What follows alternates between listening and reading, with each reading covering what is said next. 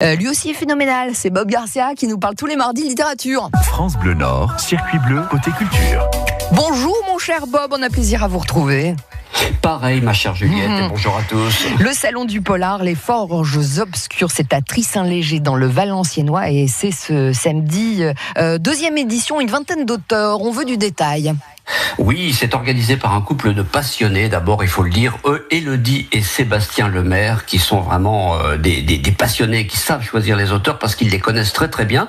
Ça se passe donc, comme vous l'avez dit, à Tris-Saint-Léger, c'est à la frontière belge, pas loin, entre Cambrai et Maubeuge, un petit peu au-dessus on va dire. Hein. L'entrée du salon elle est gratuite, il y a une possibilité de restauration sur place, ça faut le dire. La vingtaine d'auteurs, eh bien, il y a des auteurs très connus, dont des auteurs de Hauts-de-France, dont un qui est très connu en particulier. La marraine du salon, c'est Armelle Carbonel. C'est une excellente auteure, elle écrit magnifiquement bien, il faut absolument lire ses livres. Elle a sorti L'Empereur Blanc aux éditions Fayard en mars 2021. Et évidemment, en vedette aussi, il y a Franck Tillier. C'était Franck Tillier. Bah oui. Ben, bien sûr, voilà. Qui vient de sortir 2 livres. Labyrinthe, dont on a parlé il y a pas longtemps sur l'antenne. Et puis aussi, Le plaisir de la peur, qui est un essai, qui est pas un polar cette fois, mais où il explique un petit peu d'où vient le plaisir de la peur et puis d'où vient sa propre passion, lui, pour l'écriture.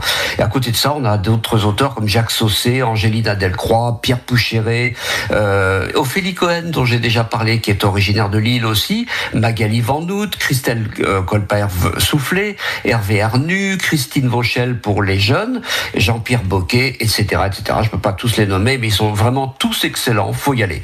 Il y a des animations aussi, on peut gagner 5 livres, je crois, pendant toute la durée de la journée. Il y a une scène de crime qui est reconstituée, et il y a même une petite fanfare municipale là, qui va venir jouer des thèmes de films de genre. Donc vous voyez, il y a plein d'animations toute la journée, ça va être vraiment très sympa, il faut y aller. Ouais. Vous vouliez nous parler d'un auteur en particulier aussi, je pense. Et ouais, je l'ai cité, c'est Angélina Delcroix. Oui. Elle vient de sortir L'île des damnés en avril 2022, donc c'est tout récent, chez Hugo Thriller. Et l'idée de ce bouquin-là est géniale. C'est face à l'engorgement des prisons, le gouvernement teste une nouvelle solution.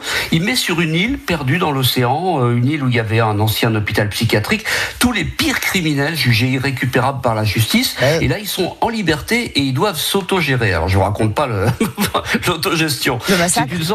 C'est terrible. Donc c'est une sorte de laboratoire à ciel ouvert. Et pour voir comment ça se passe, le gouvernement il envoie sur place sur l'île une psychocriminologue qui s'appelle Chloé, accompagnée de Rod, un agent qui est chargé de la protéger. Sauf qu'au bout d'un moment, Chloé et Rod ils donnent plus signe de vie et ils sont obligés d'envoyer un deuxième binôme qui est donc l'héroïne du bouquin Joy Morel, accompagnée de Hoche, qui va à son tour aller sur l'île, tenter de retrouver et d'exfiltrer Chloé et Rod. Alors là, on tombe dans un enfer de violence absolue. Il y a des hiérarchies qui se sont installées, les forts qui dominent les faibles, etc. Et l'héroïne Joy doit surmonter des épreuves effroyables. On est vraiment, mais pas lâché d'une seconde pendant du début jusqu'à l'épilogue.